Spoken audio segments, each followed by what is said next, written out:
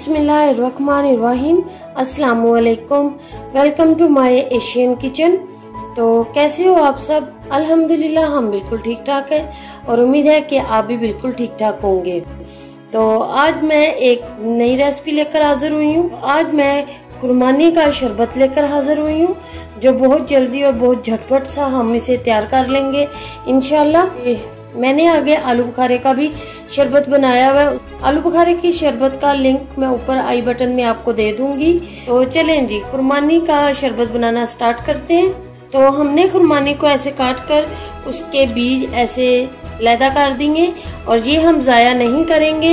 इनको हम तोड़कर इनके बादाम हम अपने शरबत के ऊपर गार्निश के लिए यूज करेंगे। तो ये जो हमारी खुरमानी है, इसको हम काट कर छोटे छोटे पीसीज में कर लेंगे।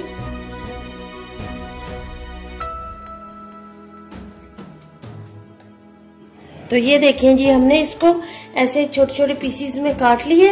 ये तकरीबन मेरी 1 पाव खुरमानी है और जिसको मैंने ये 4-5 पीसीज लैदा काट रख लिए डेकोरेशन के लिए। हाफ कप मैंने चीनी ली है, या अपने टेस्ट के मुताबिक आप ले लें। चुटकी भर मैंने फूड कलर लिया है। तो चलिए इसको हम बनाना स्टार्ट करते हैं। तो हम एक पैन लेंगे, तो हम इस पैन में अपनी खुरमानी डाल देंगे, चीनी डाल देंगे, साथ हम 1 गिलास पानी डाल देंगे और इसमें फूड कलर डाल देंगे।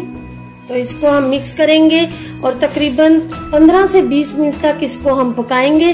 15 से 20 मिनट पकाकर आपसे मिलते हैं। तो ये देखिए माशाल्लाह इसमें अच्छे से उबाल आ रहे हैं और ये हमारी खुरमानी अच्छे से गल चुकी है।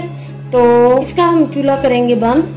तो अब इसको नॉर्मल सा ठंडा कर कर फिर आपसे मिलते हैं। खुरमानी हमारी काफी हद तक ठंडी हो रही है, अभी भी धुएं निकल रहे हैं और ये नॉर्मल हद तक हमने इसे ठंडा करना था, तो हमने वो कर लिया है। तो अब इसको हम एक जूसर जग में शिफ्ट करेंगे। तो इसे अच्छा सा हम ग्राइंड कर लेंगे।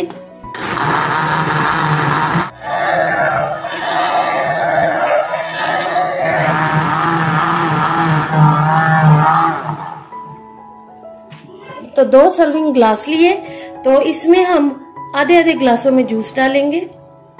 देखिए माशाल्लाह कितना प्यारा कलर है। बर्फ डालेंगे।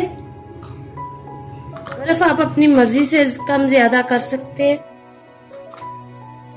तो यख ठंडा पानी इसमें मिक्स करेंगे और स्पून की मदद से इन्हें मिक्स कर लेंगे। कलर देखिए कितना प्यारा बना। ये जो इसमें से बादाम निकले थे, ये हमने छोटे छोटे यूं काट लिए। तो ये हम इसके ऊपर डाल देंगे। तो ये देखें माशाल्लाह, ये देखें हमारी फाइनल लुक। कितने मजे के और कितने डिलीशियस ये लग रहे हैं। इनका कलर देखें कितना प्यारा माशाल्लाह। जो हमारा जूस बच गया है, इसको हम सेव करेंगे एक बॉटल में डाल के।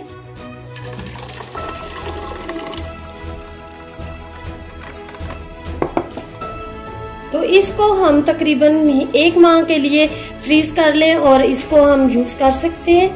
तो इसको हम अपने फ्रीजर में रख लेंगे। ये माशाल्लाह बहुत मजे का, बहुत टेस्टी। आप भी अपने घर में ये जरूर ट्राई करें। बकरा ईद आने वाली है और सब मर्द हजरात कुर्बानी करके आए तो उन्हें गर्मी से बुरा हाल होता है।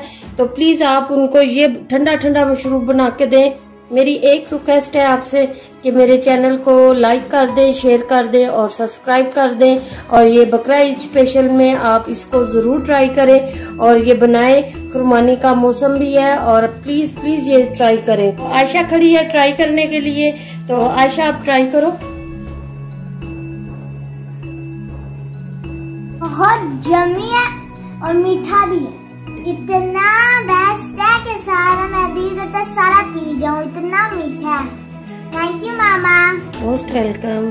तो आप भी अपने बच्चों को गर्मी में के मौसम में आप भी अपने बच्चों को ये बना कर दें। आपके बच्चे भी इसी तरह एंजॉय करेंगे जैसे मेरे बच्चे कर रहे हैं। तो इंशाल्लाह मैं एक और नई रेसिपी लेकर बहुत जल्द आपकी खिदमत में हाजिर होंगी। अल्लाह हाफिज।